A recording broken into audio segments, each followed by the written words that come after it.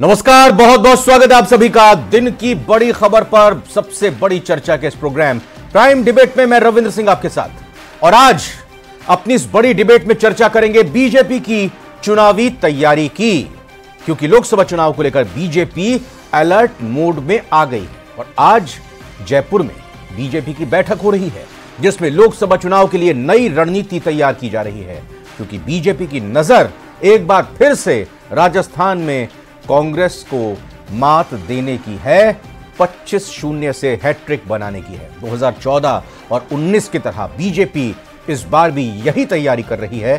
क्या बीजेपी की रणनीति इस बार कामयाब हो पाएगी? कांग्रेस की क्या तैयारी चल रही है? इसी पर करेंगे बड़ी डिबेट। पहले एक रिपोर्ट देखते हैं।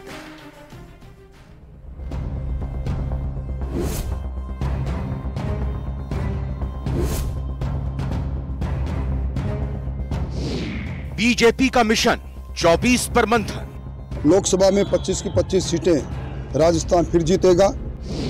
रणनीति को धार, बीजेपी तैयार। निश्चित रूप से हैट्रिक होगी।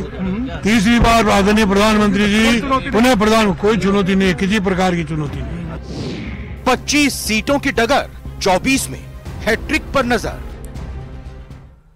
तो हमारे साथ मेहमान जुड़ चुके हैं, एक एक करके परिचय कराते हैं इनका। मदन प्रजापति जी प्रवक्ता है बीजेपी के, बहुत बहुत स्वागत मदन जी आपका।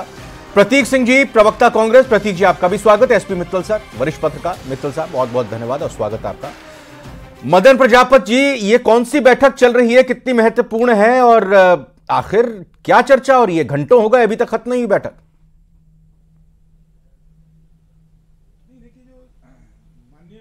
मुख्यमंत्री जी के साथ में मंत्रियों की बैठक चल रही है, उसमें यही चर्चा हो रही है। आगामी जो कार्यक्रम है उन कार्यक्रमों की विस्तार से चर्चा हो रही है, और 2024 के अंदर लोकसभा की 25 सीटों में किस तरीके से चुनाव लड़ा जाए। हम जैसे ही विधानसभा के चुनाव पूर्ण हुए थे, चुनाव पूरे होने के बाद में हम लोकसभा की तैयारियों में लग गया था। संगठन पूर्ण रूप से लोकसभा की तैयारियों के अंदर कार्य करना चालू कर दिया था। जिस तरीके से हमारी मंडल के बैठकें हैं, जिले की है या आपके विधानसभा की है, वो सारी बैठकों के ऊपर लेके और कार्य करना चालू कर देते।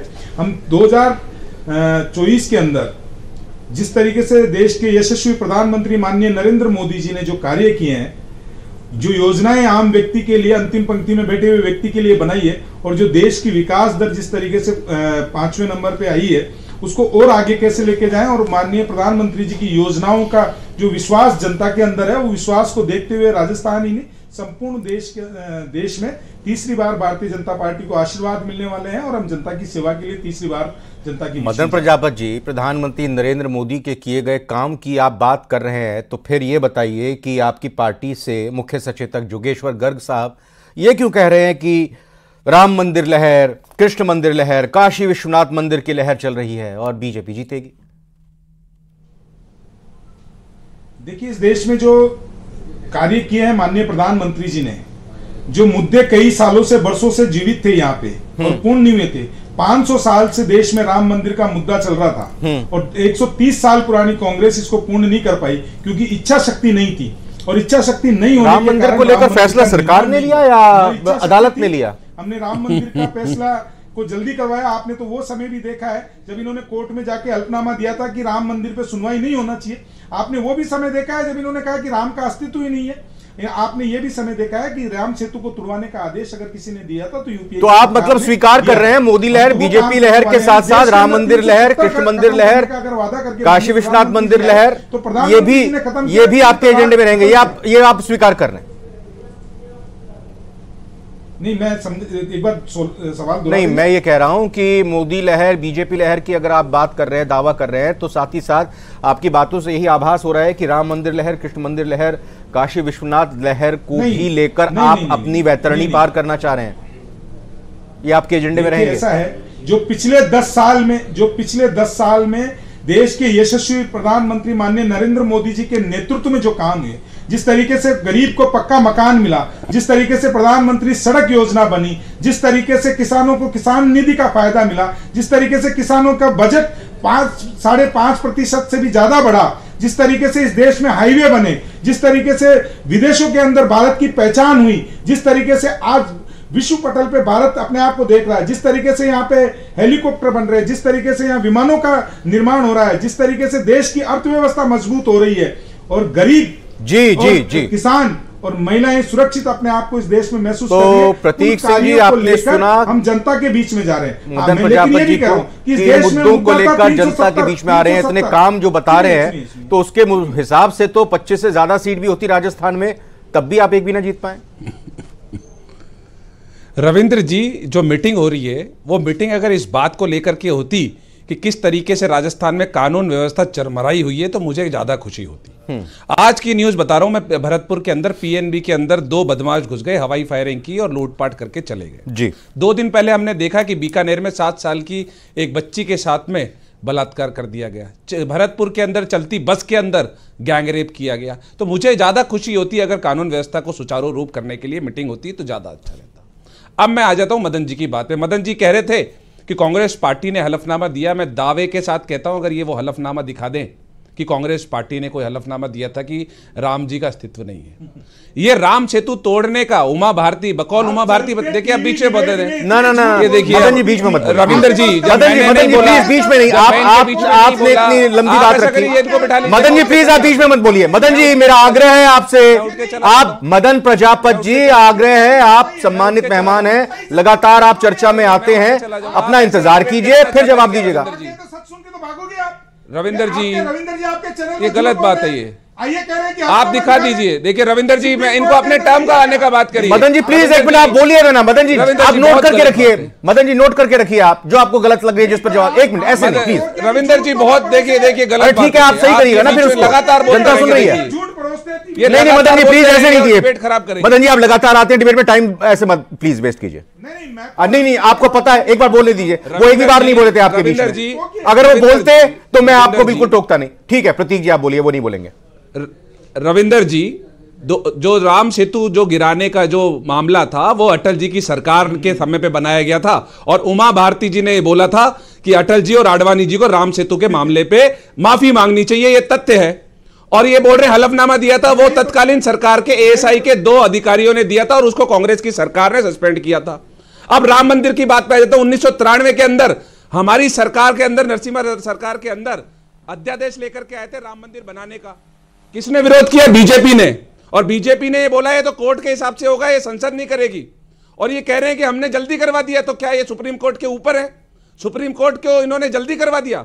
तो कांग्रेस प्रतीक जी, आदेश के साथ कांग्रेस फिर बन रहा है, प्राण प्रतिष्ठा कार्यक्रम में क्यों नहीं जा रही है? हाँ मैं वो भी बताता हूं। क्योंकि शंकराचार्य जी ने यह बोला है कि जो अधूरे मंदिर के अंदर कभी भी किसी भी भगवान की प्राण प्रतिष्ठा नहीं होती है। और हिंदू धर्म के सबसे लेकिन प्रतीक जी, आपकी पार्टी के बताइए, अगर मैं नेता ने जो प्रेस रिलीज जारी की उसमें कहीं भी शंकराचार्य का उल्लेख नहीं किया गया।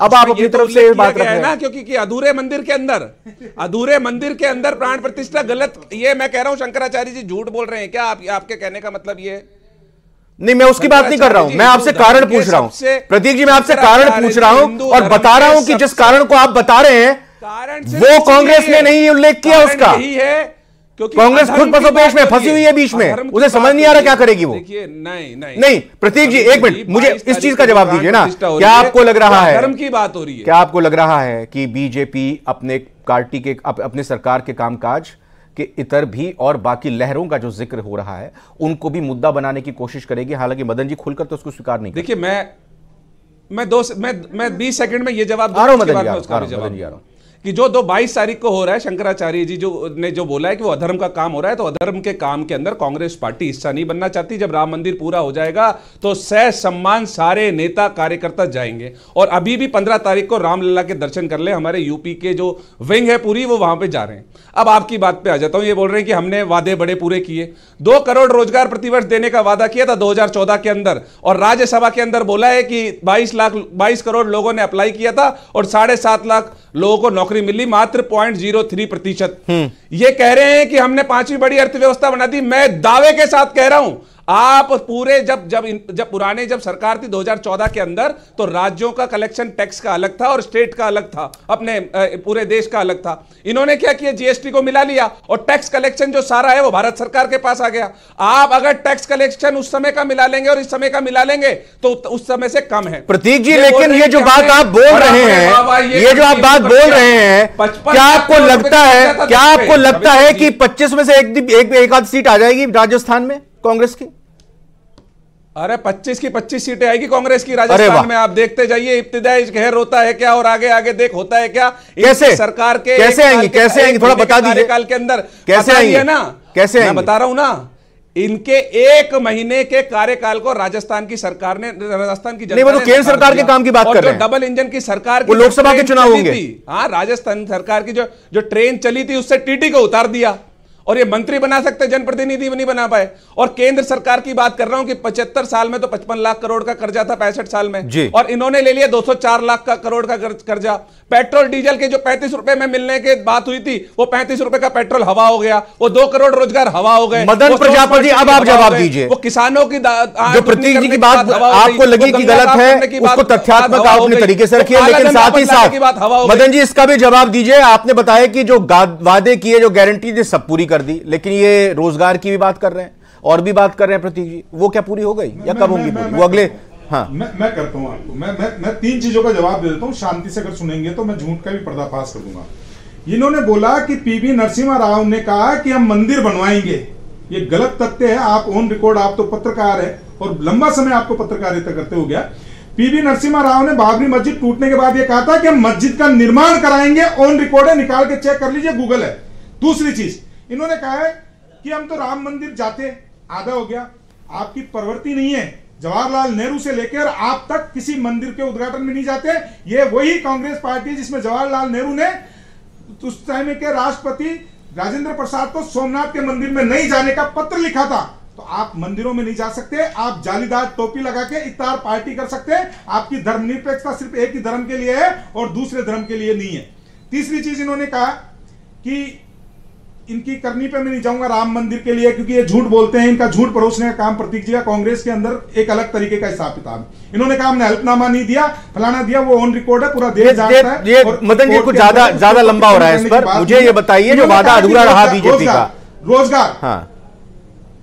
तीसरी चीज इन्होंने कहा कि एक व्यक्ति चुनाव 1 महीने में साहब चुनाव हार गए टीटी जी। बिल्कुल, हम तो जनता के फैसले को सर्वमान्य मानते हैं, स्वीकार करते हैं। जनता का जनादेश है, स्वीकार करेंगे। इनके जैसे चुनाव आयोग या किसी को, जनता को ये नहीं कहेंगे कि आपने गलत वोट दे दिया।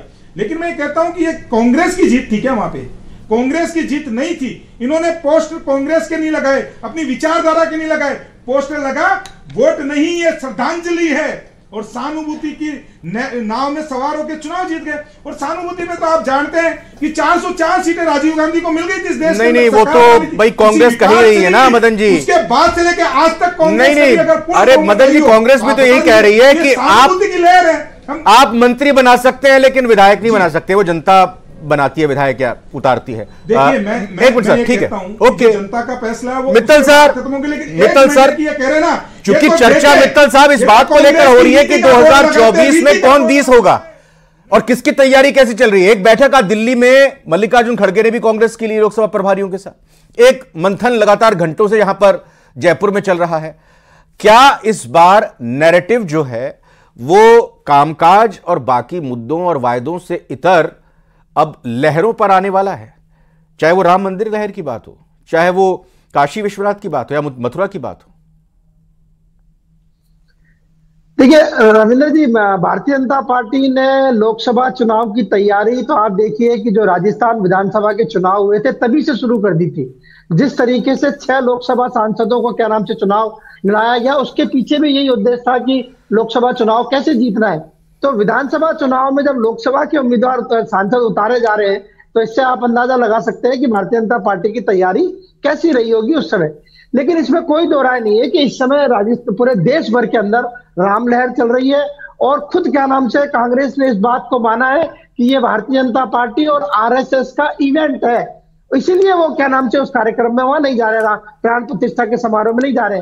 तो जब कांग्रेस खुद इस बात को मान रही है कि ये पूरा कार्यक्रम राजनीतिक है, तो आप अंदाजा लगाओ कि भारतीय जनता पार्टी को तो अपने आप में एक अच्छा मुद्दा मिल गया है कि वो इसको हमको कर रहा है। दूसरी बात यह है कि आप देखो कि ये जो शुरू होगा 22 जनवरी से जो कार्यक्रम शुरू होगा वो 25 मार्च तक चलेगा, जबकि लोकसभा चुनाव का जो प्रचार होगा वो चरम पर होगा और देश भर से लोग अयोध्या यात्रा करने जाएंगे। तो इसमें कोई दो राय नहीं है कि राजस्थान में और जो अभी हाल ही में जो विधानसभा के चुनाव है 3 राज्यों में, उसको लेकर कांग्रेस की अच्छी स्थिति है।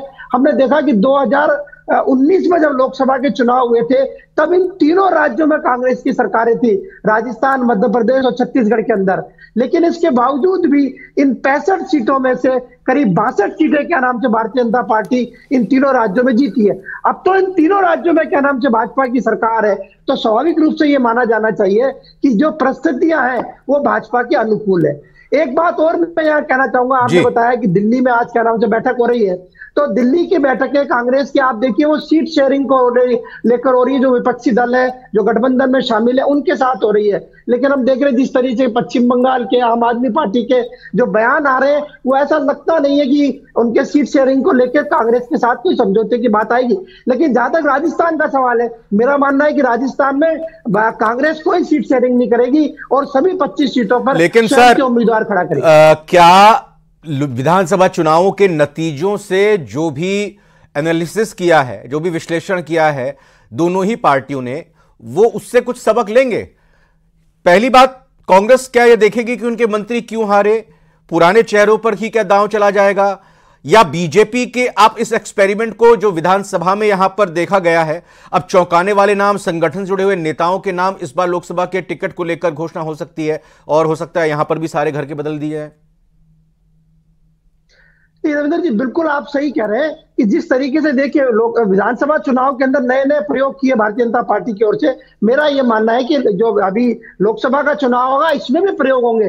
हो सकता है इसके नाम से जो तीसरी चौथी लाइन के जो भाजपा के कार्यकर्ता है उनको अवसर दिया जाए। आज की बैठक में भी हम देख रहे हैं कि कई दिग्गज लोग शामिल नहीं है, लेकिन तीसरी और चौथी लाइन के क्या नाम से जो नेता है वो क्या नाम से आज की बैठक में शामिल है। तो मुझे लगता है कि नया प्रयोग होगा और इसमें जो अब तक जो चेहरे सामने नहीं आए उनको क्या नाम से आने का मौका मिलेगा। मुझे लगता है कांग्रेस में भी मंथन हो रहा है, इसमें कोई दो राय नहीं कि कांग्रेस में मंथन नहीं हो रहा, कांग्रेस में भी मंथन हो रहा होगा और कांग्रेस को भी चाहिए कि नए लोगों को क्या नाम से। प्रतीक सिंह जी, बिल्कुल जैसा अभी मित्तल साहब ने कहा कि 65 से 62 सीटें ही 65 से 62 सीटें बीजेपी को मिली थी 3 राज्यों में। हम राजस्थान का जिक्र करते हैं, आखिर वो क्या फॉर्मूला है? आखिर क्या कांग्रेस कुछ बड़ा फैसला लेने के लिए तैयार है अगर उसको तीसरी बार 25 की 25 सीटों के हार से बचना है? देखिए, अगर विधानसभा के रिजल्ट के हिसाब से अगर हम आकलन करेंगे तो नहीं सर, विधान वही तो मैं कह रहा हूं ना, 40% के लगभग हमारे को वोट मिला था, तो 25 के 25 की तो फिर सूरत हुई। सर वो तो फिर आप बात 2018 की बात कर लीजिए ना सर, 2018 की बात कर लीजिए, जब उसके बाद 2019 का चुनाव एक भी सीट नहीं मिली। यही कर रहा हूं मैं यही कह रहा हूं कि विधानसभा के चुनावों से आप लोकसभा के चुनावों का आकलन नहीं कर सकते, क्योंकि 2018 में हमारी सरकार बनी थी और उसके बाद में जब 19 में चुनाव हुए तो हमारी अच्छा, हम यहां तो कर सकते हैं 14 और 19 में एक भी सीट नहीं मिली, 25 में क्यों मिल जाएगी? इसलिए मिल जाएगी जो मोदी जी की विफलता है। पिछले 10 साल की जो मैंने वादे गिनाए कि किसान की आय दुगनी करने का वादा हुआ था, 27 रुपए प्रतिदिन रह गई है किसान की आय। जो पेट्रोल डीजल 35 रुपए लीटर मिलने का वादा किया था वो 100 के पार हो चुका है। जो 2 करोड़ रोजगार प्रतिवर्ष देने का वादा किया था वो 7.5 लाख सिर्फ दिए 10 सालों के अंदर। जो 100 स्मार्ट सिटी बनाने का वादा किया था, कह रहा हूं, लेकिन क्या कांग्रेस एकजुट है? क्या कांग्रेस के सभी नेता उतरेंगे प्रचार करने के लिए? क्या कांग्रेस पुराने नेताओं पर दांव आजमाकर फिर से हार की ओर तो नहीं जाएगी? कांग्रेस पार्टी ये डिसीजन लेने के लिए स्वतंत्र है कि 25 के जो लोकसभा के जो कैंडिडेट होंगे वो कौन होंगे। ये कांग्रेस पार्टी का इंटरनल मैटर है और ये हम डिसाइड करेंगे कि कौन होंगे। हम डिसाइड कर रहे हैं और डिसाइड करने के बाद जनता के बीच में जा रही है, जनता हरा दे रही है। हमारा जो प्रचार है वो मोदी सरकार की जो विफलता रही है 10 साल के अंदर, जो आप देखिए कि हिंदुस्तान के 1% लोगों के पास में हिंदुस्तान की 50% संपत्ति है और 80 करोड़ लोगों को 5 किलो अनाज देना पड़ रहा है फ्री में। मदन प्रजापति, गरीब और अमीर की जो खाई है वो बढ़ती जा रही है ना। बैठक की बात करो, जो आज की आपकी बैठक चल रही है, इस बैठक में जो नेता आए हैं उनसे ज्यादा चर्चा जो नहीं आए हैं उनकी हो रही है। वसुंधरा जी नहीं आई। देखिए, आप कहते हैं कांग्रेस एकजुट नहीं है। आप मुझसे पूछ रहे हैं? हाँ, मदन जी से। देखिए, हम तो सब एकजुट हैं। पहले भी नहीं, मैं वही तो कह रहा हूं, जो आए नेता उनकी चर्चा नहीं हो रही है, जो नहीं आए उनकी बात हो रही है। वो क्यों नहीं आई? रविंदर जी, देखिए, अगर किसी को किसी यहाँ कोई वो नहीं है, अगर इतने में से अगर किसी को कोई कार्य है तो हो सकता है वो रुक सकते हैं ना कहीं पे। लेकिन मैं ये कह सकता हूं कि चुनाव से पहले भी इस तरीके के भ्रम फैलाने की बात की जा रही थी, लेकिन सब एक साथ चुनाव लड़े ना, एक टेबल पे बैठते हैं, यहाँ कोई विरोधाभास नहीं है। और हम सब भारतीय जनता पार्टी कमल के फूल के नीचे होते हैं। हमारे लिए कमल का फूल महत्वपूर्ण होता है, व्यक्ति महत्वपूर्ण नहीं होता। दूसरी बात, मैं कांग्रेस की जो बात आपने कही है मैं उस पर कह देता हूं कि ना इनके पास में नेता है ना नेतृत्व है। आप देखिए, प्रदेश अध्यक्ष गोविंद सिंह डोटासरा कितने टाइम तक प्रदेश अध्यक्ष होने के बाद में अपने संगठन की नियुक्तियां नहीं कर पाए थे। लास्ट में जाके ठीक है सर, वो तो परिणाम भुगत लिया ना यहाँ पर। वो तो अभी नेता प्रतिपक्ष की नियुक्ति पर भी विचार कर रहे हैं। मित्तल सर, एक जल्दी से लास्ट कमेंट मैं आपसे लूंगा। राजस्थान में लोकसभा चुनाव में जब वोटर वोट डालने के लिए जाएगा तो देखेगा कि कांग्रेस का गठबंधन किसके साथ है, या सिर्फ और सिर्फ वो कांग्रेस के लिहाज से वोट करेगा। सर, एक संक्षेप। नहीं, रविंद्र जी, वोट तो क्या नाम से जो तात्कालिक परिस्थितियां हैं और देश के जो विकास की बात है उसको लेके वोट करेगा। और इसीलिए भारतीय जनता पार्टी ने जो नए मतदाता की बात की है कि उस तक वो जाएगा। मुझे लगता है कि सारी चीजें होंगी, लेकिन कांग्रेस को जरूर ये आत्ममंथन करना चाहिए। जो अभी कांग्रेस के प्रवक्ता ने बात गिनाई, वो अभी हाल ही के विधानसभा के चुनाव के सारे ये मुद्दे उठाए गए। बिल्कुल वही बात है, वही बात है, वही बात मैं भी यहां पर कहने की कोशिश कर रहा था कि कांग्रेस को समझना होगा कि किस एजेंडे के साथ, किस रणनीति के साथ आगे बढ़ना है और किन सिपह सालारों को आगे करना है। बहुत बहुत धन्यवाद आप ही तीनों का। और बीजेपी भी ओवर कॉन्फिडेंस में ना रहे, क्योंकि ये जनता है और जनता अगर आसमान पर बैठा सकती है तो फिर जमीन पर भी उतार सकती है। फिलहाल आज प्राइम डिबेट पर इतना।